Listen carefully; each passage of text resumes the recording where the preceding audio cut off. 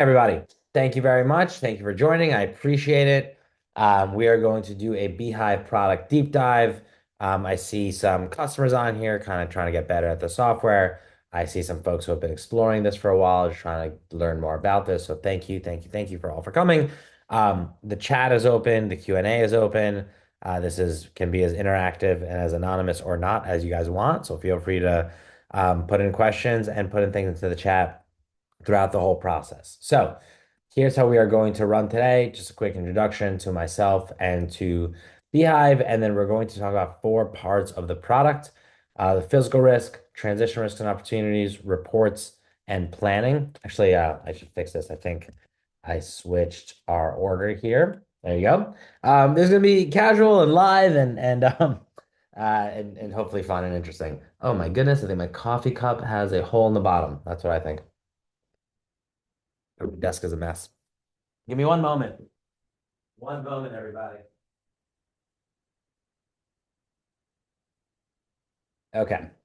We are leaking out the bottom here, which we do not want. All right. We're ready to go. So here's what we're gonna do. So who are we? So my name is Adriel. I'm the founder of a enterprise climate risk management software company called Beehive. Our basic premise is that our customers use us to prepare for and respond to natural disasters and to comply with any global climate-related financial risk regulation in under 1 hour. Compare that to a few months of work using a traditional consultant. So we're going to talk about how we do that and why we do that.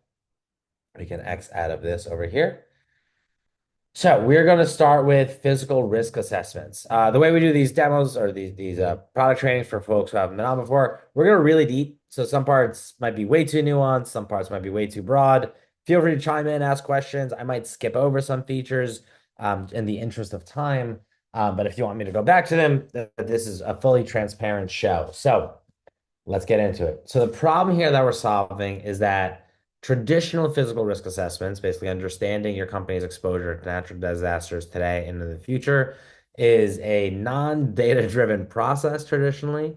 Maybe it's done through surveys, maybe it's done through Google and basic research, and it's limited in scope. It is just very difficult. Every additional asset or address you want to do a risk assessment on requires another effort. And even if you got it in a spreadsheet, it requires another 20 minutes to dig it up. And if you don't have it in a spreadsheet, it requires another analyst to go research it. Really time consuming. So what Beehive provides is an auditable global risk assessment you can get in a few seconds. And I'll show you what that looks like. There's a few things we're going to talk about the product. I'm going to show you what's new. I'm going to show you what's on the roadmap, meaning these are things coming in the next month or so. And I'm going to show you what's in the vision, meaning these are things, just the direction of this product. So let's come in here into physical risk.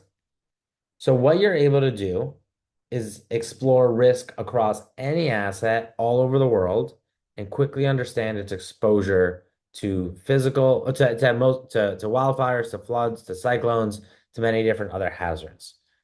So the way we do this is we build global climate models. So you can see here's what wildfire risk looks like all over the world.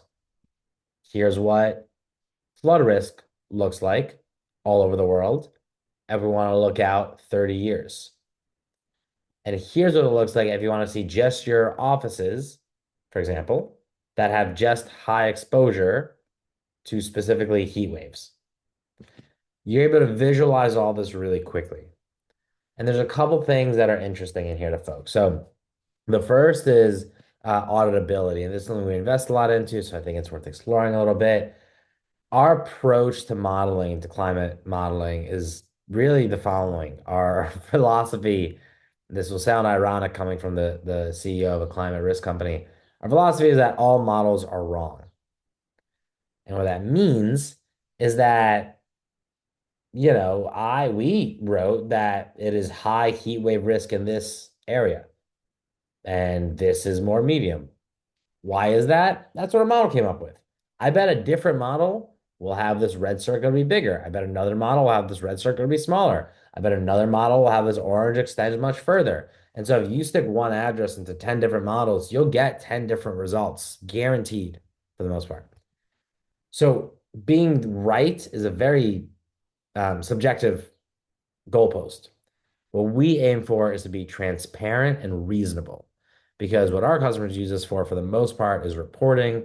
And so the ability to have an auditable risk assessment is very important to them. So anytime we tell you risk is whatever it is, we have multiple ways to explore the audit trail of that. So for example, the first, I just clicked here and clicked into dive deeper, and you're able to see for heat waves, we don't just tell you it's a 7 out of 7. We explain to you the science of why we think heat is a 7 out of 7 risk in 30 years, or why it is the case that in the worst climate scenario, you saw these numbers go up. This was 104 over here. I'm in the daily temperature highs. This was 104. Now it's 106. If I go to a lower scenario, you see it jump down to 103. So we try to give the science of why the risk score is what it is. And this is really important. Most of our customers, especially for our sustainability professionals, are not in here like, oh wow, 103 or 106. How interesting. That's not really the point here. The point is that for an auditor, the way that usually works is you give them a bunch of data points and say, we want to review 100 of your data points to understand how you got these values. What you're able to do is this app download function is actually pretty new. What you're able to do is download a report for this specific asset at this specific address. And this report opens up and looks like this. And this says, hey, for Veg Chandler, here's the math behind all of these scores. Here's again why heat waves are what they are. And you can just send 100 of these to an auditor and they'll review it and they'll make sure this math makes sense and they'll make sure that's all clear. So that's one way in which we support audits. The second is we're very transparent about how we build these models. And this is really important also for an audit perspective, but also like internal buy-in building. If you have risk people on your team, excuse me, a lot of hiccups today. If you have internal risk people on your team who want to understand how we build these models, where it comes from. You can go today, there's a public site, docs.beehiveclimate.com, and see everything about the app. You can see a lot of demos of the app. So you can actually click around here and explore this. So skip this hour-long thing and go do it yourself. You can see all of our science and modeling, which is the reason I brought this up. If you scroll to the methodology section on the bottom here, you can read about every paper we use, every formula we use, every database we pull from, every source we pull from, all of as much transparency and science as we can muster. And the reason that we do this is because we want to make it clear that the magic is not the model. Like the goal here is not that, oh, our wildfire scores are better than your wildfire scores. That's not it. It's to say, hey, this is a transparent and reasonable approach to doing wildfire modeling or flood modeling or whatever. And here's how we go about that. So again, you can go here today and check it out. There's now AI embedded directly in here. So that button is that ask button over here. If you want to ask this AI anything about how we do models or build our product or what features exist, you can feel free to use that. That's the second way we try to be transparent about physical risk audits. But then the third is that our internal AI, which you can see on the bottom right of basically every page here, is trained on everything related to your specific assets, as well as everything related to how we build our models. So what that means is what you're able to do is say, you can ask this AI, explain how heat waves are calculated in Texas. I am not a scientist. Keep it under 300 words, whatever. And so now it'll give you its response where it pulls from not just your assets inside of the software, but also everything I just showed you over here to say, this is how Beehive builds its models. This is how heat waves happen. This is the data source used in America or in Texas, as well as all the regular AI stuff you're used to. Summarize this for me in 300 words, be more of a scientist, be less of a scientist, whatever. And so it does that. And so some very cool stuff that you can do in the AI. For those who have been on multiple demos here, the AI is consistently getting better and better. We're feeding it more context, we're improving the user experience, we're improving the training, we're allowing it to see what's on your actual page. So if you filter this differently, it'll know that you're specifically thinking about floods right now or wildfires or you're in this time horizon or whatever. So that is all well and good. Okay, so that's a bit I wanted to share about transparency. Another important thing though is how you visualize these risks. the map is cool. Maps are colorful and nice and always useful to see. But this is a little hard to compare things against. There's a few other visualizations. There's this table format in scores. So you're able to say, hey, show me all my offices and factories in North America that have the highest risk scores because of floods and cyclones. Great. Here's a table of just 97 assets, and you can export all this as a spreadsheet. So you're able to do that. You're able to have insights, which means these actual charts where you can say, hey, I'm just want to understand the, percentage of assets impacted by cyclones in North America on a higher medium basis. Well, it looks like 27% of your offices are. Or this geography one is really common where you say, hey, by country, if I'm focused on offices, how many have a high or medium risk from heat waves? You're able to have this done very quickly, and then you can download this. This downloads as a PNG, and then you're able to put it into a deck or send it around, whatever. And again, AI is embedded throughout all these parts. So all that stuff is cool and works really nicely. This is the last part I want to show before I jump into what's new.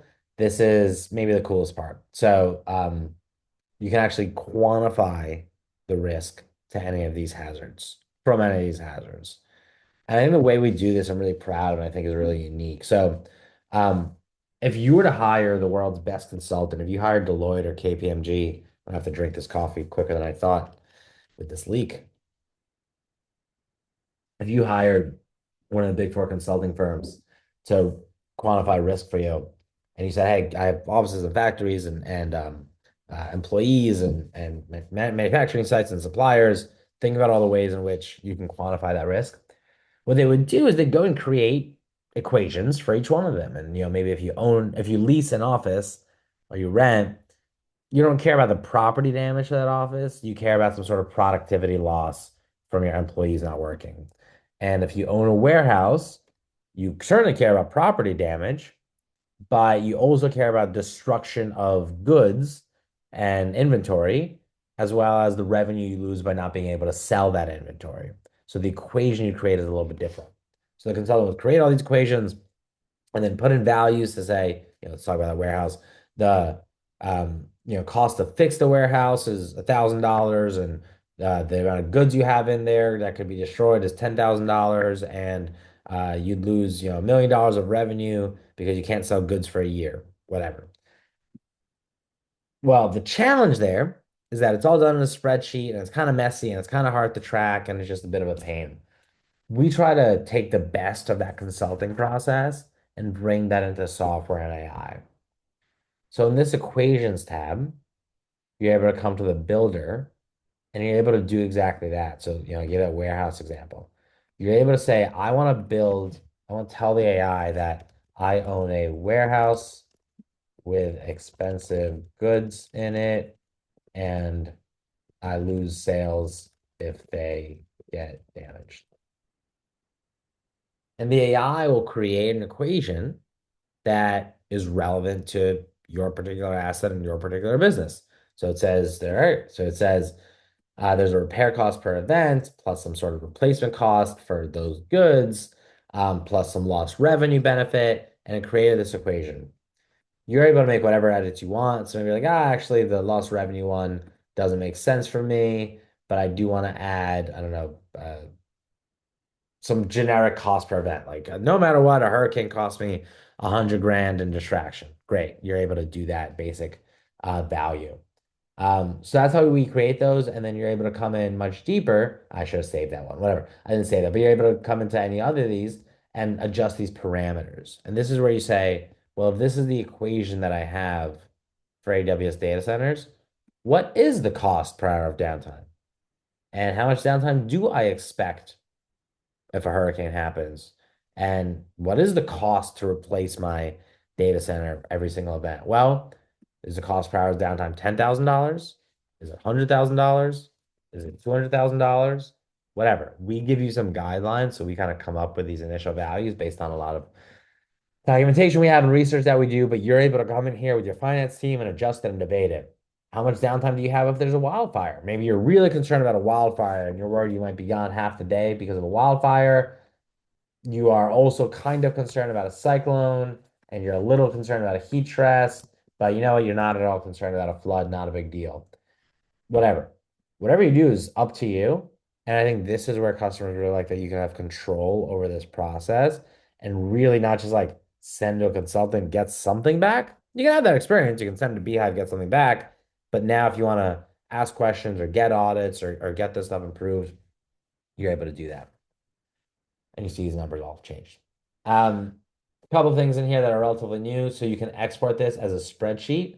This spreadsheet, I'm not going to export because I have 400 of these, but this spreadsheet looks like this, where every single calculation is all organized for every single asset and is all really clearly done.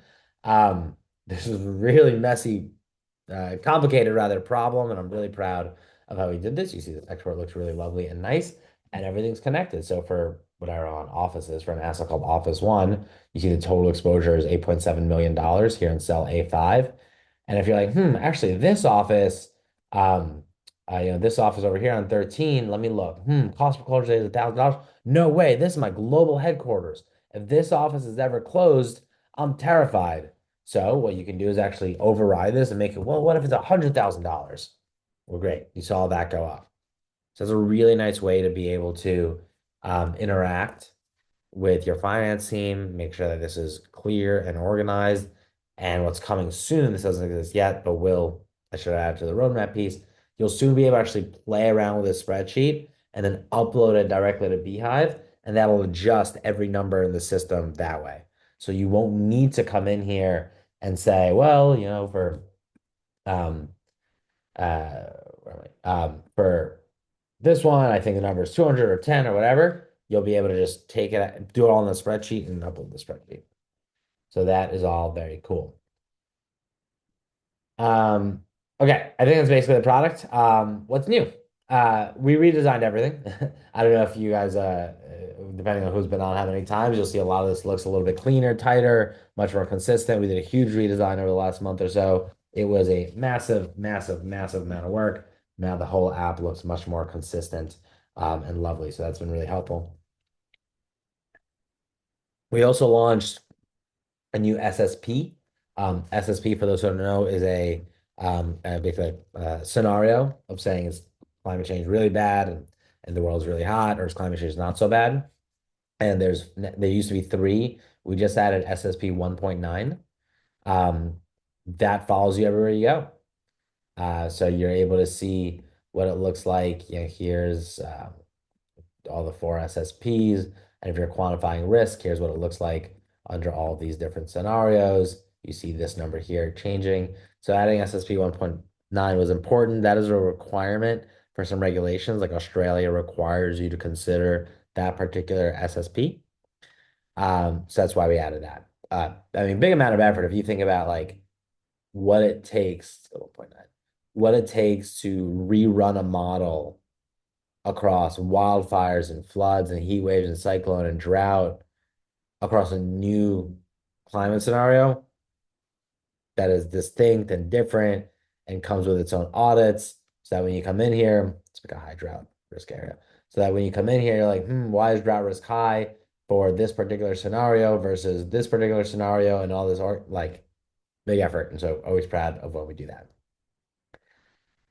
What's on the roadmap? So we're going to launch winter storms. The goal is to launch that in June. And that'll be great. So that'll be another hazard here alongside all of these others. And then right now, AI does not exist. It exists in all of these tabs, but there's no AI in impact. You'll see you don't have the AI here. The reason for that is because we wanted to do a lot of work to organize. Numbers are hard, and you don't want the AI to get these numbers wrong. So we basically did not roll it out in here yet. But hopefully by the end of the month, we did all the work needed so that the AI can read all of your numbers. And you'll be able to ask things like, run an analysis about how my costs from wildfires change over the next 30 years to these three things and write an email about it to my CFO, whatever. That's the kind of thing you'll be able to do by the end of the month. And, create me a table that explains all that. That kind of stuff would be really cool. And then the vision around this is really adding hazards. There's 28 or 27, depending on how you count them, hazards that are listed by the European Sustainability Reporting Standards. And some of them are useful and we don't have them, like we don't have winter storms. And some of them are like debatably useful, like glacier melt. For most companies, thinking about glacier melts is just probably not worth the time and money. Now, for some, maybe if you're a shipping company in the north, glacier melt might be relevant. But for most companies, it's debatable. So I don't know if we're going to get to all 28, but bit by bit, we want to continue to chip away at that. And that's part of the vision here to be able to run these assessments really well. So that was a lot on physical risk, but it's the most visual, and in some ways, just the most people have most experience with it. So if there's any questions, we can talk about them. Otherwise, we will move on to planning. We'll move on to planning. So I'll just give it a second. Anyone can ask a question.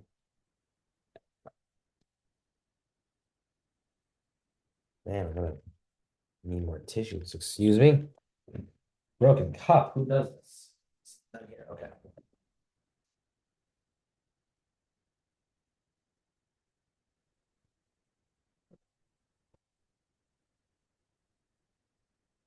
See, this is a fully authentic executive demo. Coffee spills and all. Okay, no questions. Great. Um, let's talk about planning. So, the problem that we're solving for here is that planning for and responding to natural disasters is a manual, chaotic process that results in losses and isn't embedded into ERM. What that means is if you think about, oh my God, hurricane coming, who does what? Whose job is it to do something? How do you know how much money you might lose? How do you keep your people safe? Do you tell them to evacuate? Do you tell them to go get your goods to higher ground in your warehouse? What do you actually do? The challenge specifically within that we're solving is that it's very difficult to say, hey, do I have the right process and the right plans in place for any given time of year and the right people are involved? So, what you're able to do today is answer this question. In a given period of time, which disasters are likely to happen? And if they did happen, which of my assets would be impacted and how much money would I lose? Here's what that looks like. What you're able to do is to say in a given period of time, so May through July, for example, you can say, maybe you want to make it, let's look forward a quarter. Oops. Let's go to June through August. Which disasters are likely to happen? And if they happen, how much money might I lose?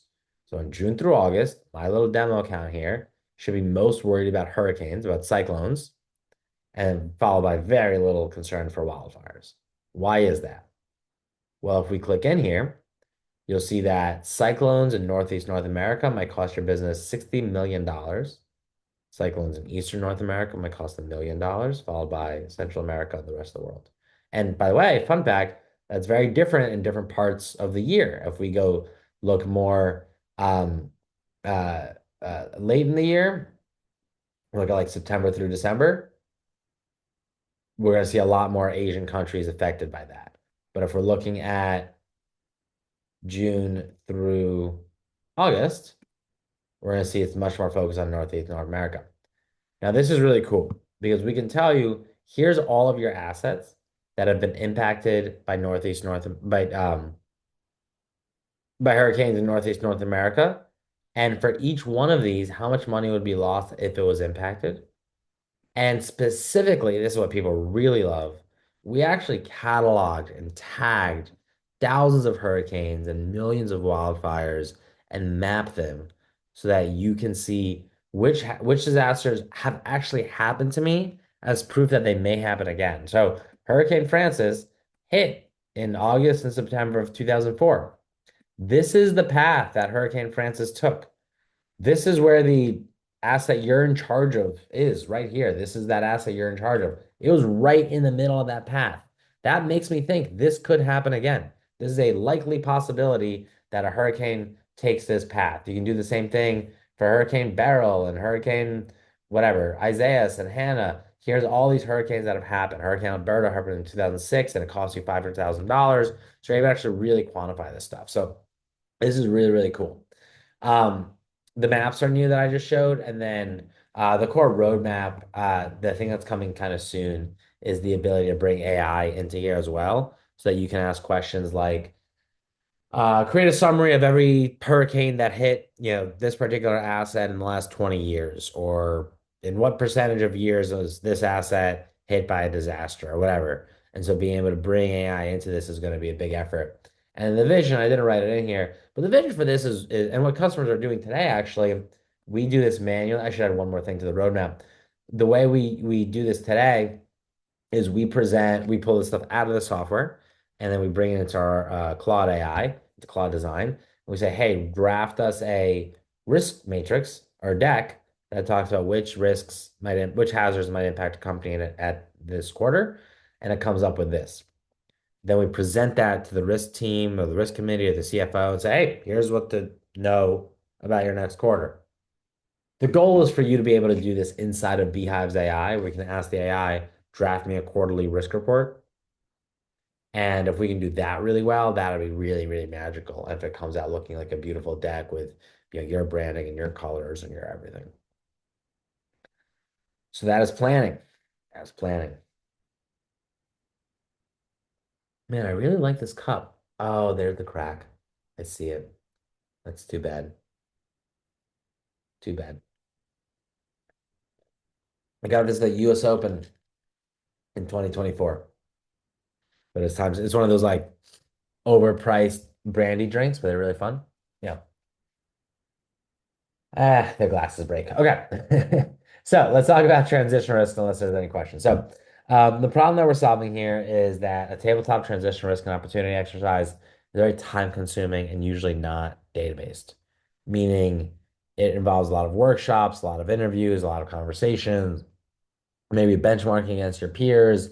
It takes a long time, and then the consultant comes back to you a month or two later and says, hey, here's a bunch of risks and opportunities I've thought about for you. Great.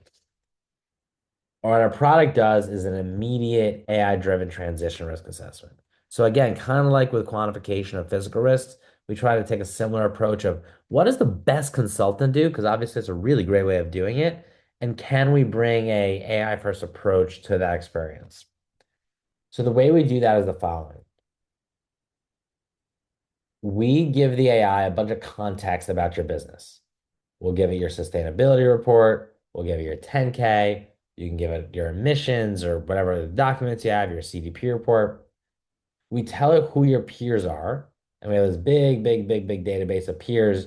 Every time a new customer joins, we say, hey, who are your peers? If we don't have them, we go get their details and we bring them in. So you select all your peers, and we give the AI all your peers, and then you give it some other additional information that you want. And then, kind of like a consultant would do, the AI goes away and learns about all your peers and learns about your industry and learns about everything you've done. And then instead of taking a month, it takes a second. It comes to you with risks and opportunities that could be relevant for your business. And for each one of these risks, not only does it tell you the risk, but it actually tells you here's the logic of why I think this is a good risk for you. Here's what my AI brain thought when evaluating this.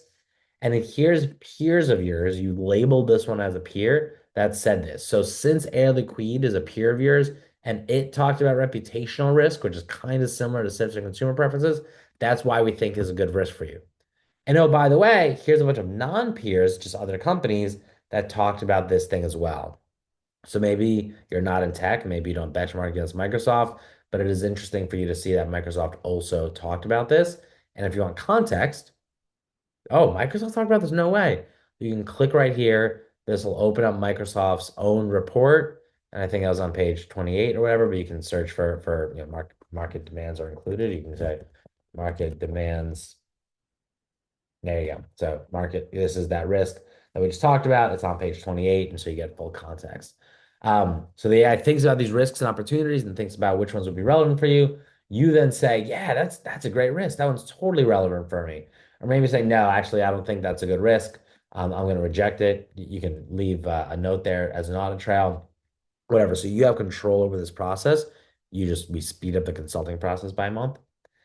And then you tell the AI to review the draft language, and the AI comes and actually writes out how you might consider disclosing this particular risk in your language. So it just does that work for you. Now, this is again where you come back in charge and also where AI can assist you. So this is about identifying these risks. Maybe you read this, you're like, I don't like this writing. I want to change it. Great. Go ahead and change it. That's totally fine. I don't like this title. I'm going to change it. Great. Go ahead and change it. Totally fine. You're able to do that really, really easily. You can also benchmark directly in here. So maybe Gilead Sciences is a peer of yours. Well, here's how Gilead Sciences talked about this similar risk. Or here how CVS talked about regulation. Remember, this risk is mandates on regulations of existing products. CVS talked about plastic regulation. Gilead talked about net zero healthcare. Leondel Basel talked about carbon pricing and regulatory compliance costs. Like your peers have talked about this, so it's probably a pretty good risk for you to talk about. And then AI is embedded in here. It's trained on all this. So you can say, for example, um, to be more like CVS, which risks should I disclose? Whatever. And so it'll pull from everything he knows about actually around CVS Health. Actually, I don't know if it'll work. We'll see how smart it is. But it'll pull from everything he knows about CVS Health, and it'll pull from what your risks are that you've disclosed. I don't come up with that. So it's a nice way to collaborate with the AI, specifically on the purpose of identifying risks and opportunities, benchmarking yourself against your peers and other companies, and so on. By the way, quick pause. At the 2:30 mark, we always have a few people leave and a few people join. So hello, goodbye to those left. Hello to those who joined. We went over physical risks and we went over planning already. We're currently almost done with transition risks, and then we're going to talk about reporting in a minute. But if you have any questions, we want to drop into the Q&A. Feel free at any time.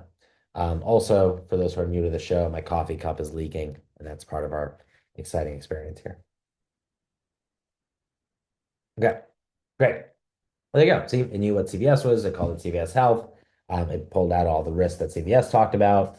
It did a little gap assessment for you here. So gap analysis, here's what you have done. Here's what you haven't done. Whatever, really cool. I love when this thing works well. Man, so cool. Okay. Very small new feature, but for the customer on here, you can make this more than half the page. So it expands pretty big and it just helps for depending on what you're working on. Okay, so that's how risks and opportunities work. What's new? The AI. So we just talked about that. What's part of the vision? The transition risks are really hard to quantify. This risk around mandates and regulation of existing products. How do you like? How do you quantify that? How do you put a dot? You could kind of say what are the potential fines that you might be associated with is maybe one way of doing it, but like it's difficult to do. And I don't, consultants can do it and they kind of make some stuff up, but that's okay. They're allowed to, they're consultants. Software can't do the make stuff up with as much flexibility. So we do a couple things today, and there's one really that I want to be doing. Right now, what we do is you can qualitatively pick a range of this impact. So this is really important. If you go to settings and then risk parameters and risk settings, you're able to say, how do you think about time horizons? How does your business think about impact or likelihood? Now, maybe you say that impact is, under $1 million is low, 1 million to 5 million is higher than 5 million, or is medium, higher than 5 million is high. Maybe it's different for you. It's higher than 10 million is high, and yeah, 10 and between 1 and 10 million is medium, whatever. Maybe you have 5 tiers to your risk matrix, which many companies have. Whatever you want to do, you do that, you save it. And then when you come in here into risk identification, you will see now this shows 10 million plus is high and 1 to 10 million is medium. So this is connected to your ERM framework, which is really important so that you're as consistent there as possible. So you can qualitatively say, this feels like a high risk, or this feels like a low risk. It's ballpark, right? It's just ballpark, but it gives you something to do, something to write. What we would like to do is some of these risks are difficult, very difficult to quantify.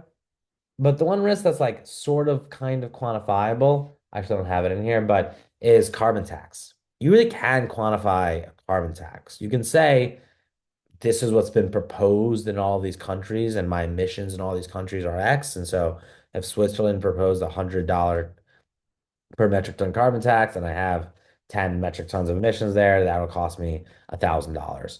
You can do that in every part of the world, and that is something software will do such a good job of.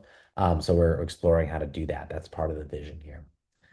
So that's how risk and opportunities work. Again, I would pause. Happy to take any questions. I think I covered everything. Oh, one more thing. I'm sorry. Scenario analysis. It is very important. So, um, remember we talked about scenarios here. We have these SSPs and physical risks. So you can talk about what if climate change is really bad or not so bad. These SSPs are really focused on physical risks. There's a different framework called the NGFS, the Network for Greening the Financial System, that is more about like how do policy changes and different economic shifts impact businesses related to climate change. Normally, what you need to do if you say, I've got this risk around carbon tax or whatever, how might that evolve? You might think, oh, you might work with a consultant. They'd say, well, if there's a low demand scenario, which means like everyone's really, really focused on this stuff and there's not a lot of energy demand out there, how much maybe carbon taxes are going to be really high. And if there's current policies, so no one really cares and there are no carbon taxes, well, the risk of that is kind of low. But doing that across all your risks that are identified across all these frameworks is really, really difficult. That's exactly what AI is good at. So there's 7 total NGFS scenarios. We train the AI on all 7 of these scenarios. And then you can say, hey, these are you probably don't need, you could do this on all 7, but I think that's a waste of time. You can do this on whatever scenarios you want. You run it, and it says, hey, this risk of investor and lender preferences under this scenario or this scenario or this scenario, how does it evolve? And it helps you do that basic risk assessment. Again, AI embedded directly in here. So that part we take, I think there's a lot of like user interface stuff I want to do here, make this more interactive. Um, to be quite honest, a lot of transition or scenario analysis is a little check the box to say we did it and to report that we did it and see how we found. And this definitely solves that need. If you take this stuff super duper duper seriously and you are going to your board and showing them the low demand scenario impact on changing consumer demands, this might not be the best fit. But if you're like, I just need someone to really gut check me and tell me how this makes sense for me. This actually talked about Beehive because I'm in the Beehive version of this. So it tells me that it knows that Beehive is a software company and it knows what Beehive does. So it customizes it, then it's good enough for you. Okay, that is everything on transition risks. Happy to answer any questions, or we can move right along to the last part around reporting, which is always the most exciting.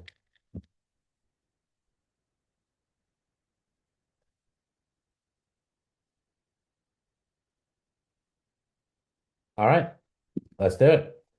Um, okay, reporting.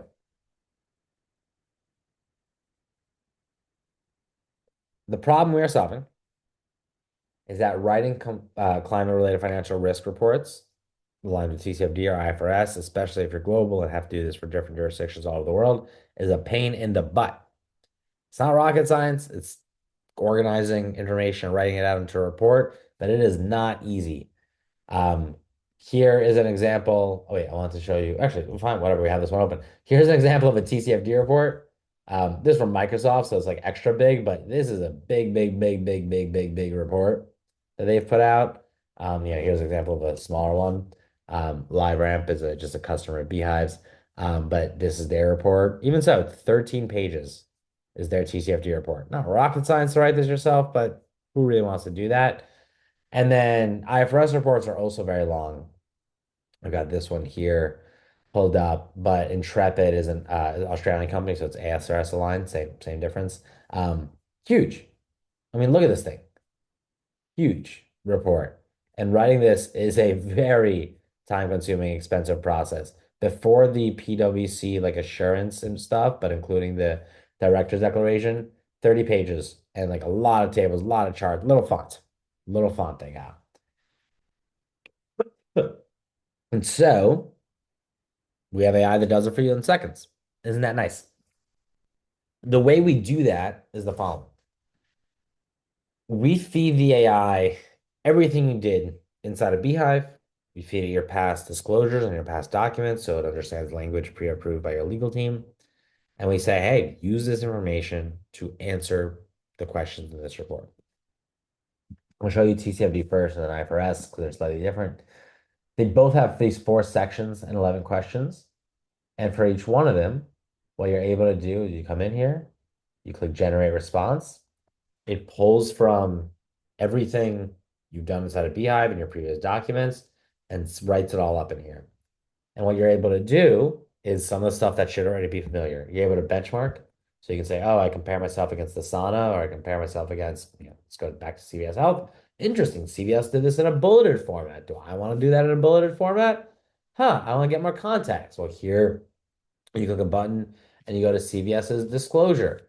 So you're able to like benchmark directly in here. And then again, the AI can sort of be your co-pilot here, trained specifically on this. So you can ask it like, rewrite this answer to be more like CVS's or whatever, and it'll do that for you. So that experience is how you can do this in a second. The customer's experience that typically works with us is you don't actually click the buttons. We click the buttons for you, and then we review how it did. So for this, AI wrote the first one. You can always go, wait, let me describe this one. So AI wrote the first answer 3 months ago. Here's what it wrote. You can see Adriel came in and edited it. Then you can see, AI made a few more changes. Then this guy Ricky came in. Oh, wow, I love Ricky's answer. Ricky's was the best answer. You can mark it as approved. That means that this is the answer. You can keep playing, keep making edits, and keep filling around. But this is the answer when you export this, the answer that's going to be exported. And so that is kind of an example of how it goes all the right context and it drafts your full report. Now, it can do this for IFRS as well. And IFRS is a much bigger beast. I mean, again, compare this massive report to where's my live report? To this much simpler report. TCFD and IFRS are cousins, but one is clearly the bigger badass cousin. IFRS has over 100 sub questions that we've organized into 39 total questions.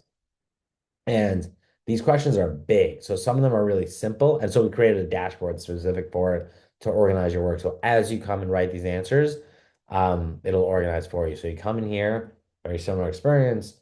You click answer. It shows you all the requirements of this particular answer. And then I'll write that out in particular. So great. It answers that using all this context.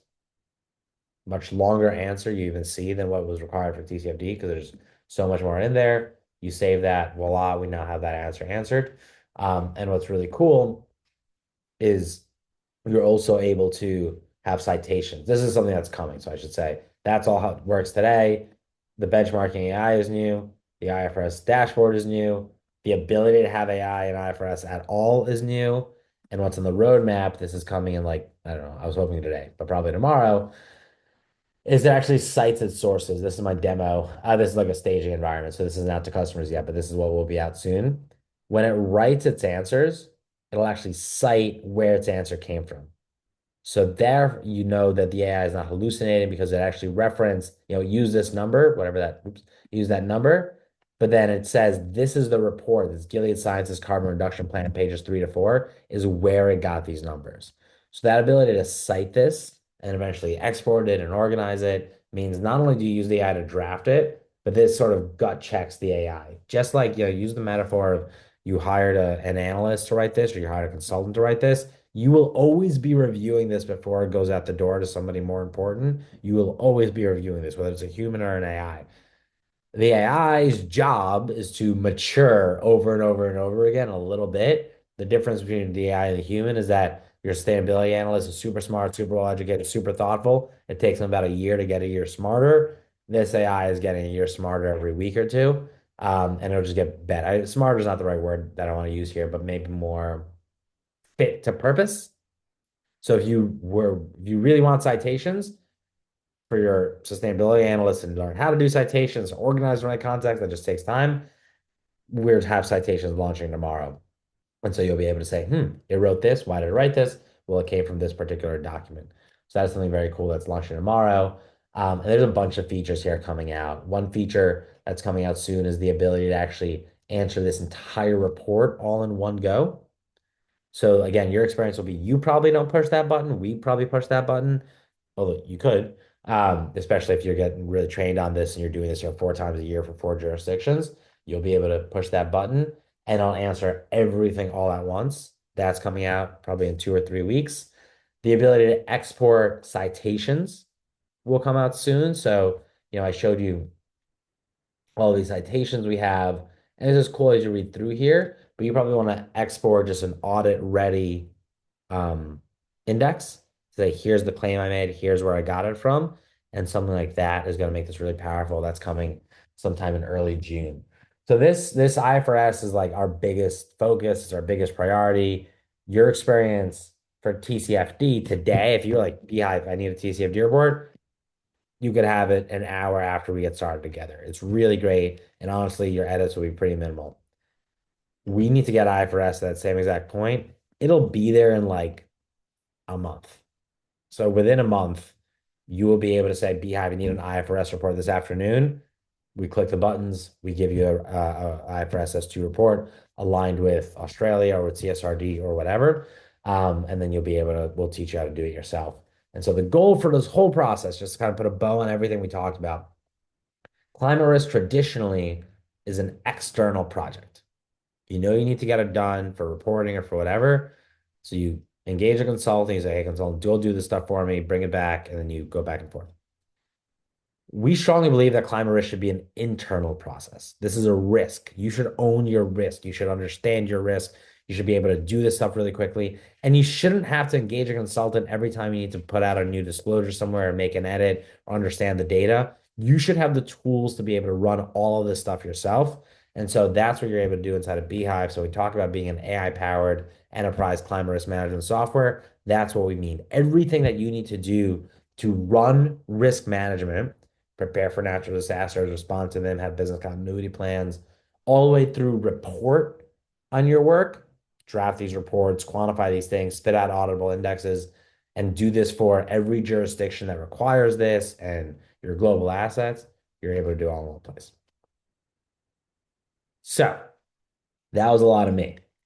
Um, while you guys are coming up with any questions, if you have them, again, super transparent, happy to go into pretty much anything here. I just wanted to show a few upcoming webinars. So I'm going to drop this in here. So in a couple weeks, we're doing actually a few on offsets. So we're doing one on the state of voluntary carbon markets with a team at CNOP. This is a really popular one we're doing with the sustainability lead at Lyft, the Uber competitor. Although I bet they don't want me to describe themselves as an Uber competitor. And then this one is on June 11th about how climate models work. So if you are more sciencey and technical, it is with our chief data officer who builds our climate models, and they'll explain how we build this and where they come from. And you can ask a lot of sciencey questions. So those are a few resources that we have going on. So with that, I'm happy to answer any questions, dive into any features of the product we did not go into. We probably covered 60 or 70% of it, but there's plenty more in here. Let me know.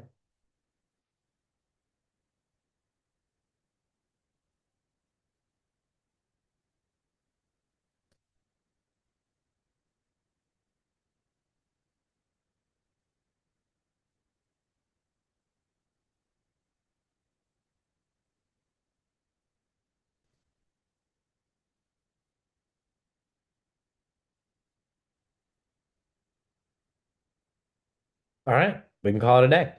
I appreciate it. Thank you all very much for joining. I hope to see you on a future event. Reach out with any questions and goodbye, everyone.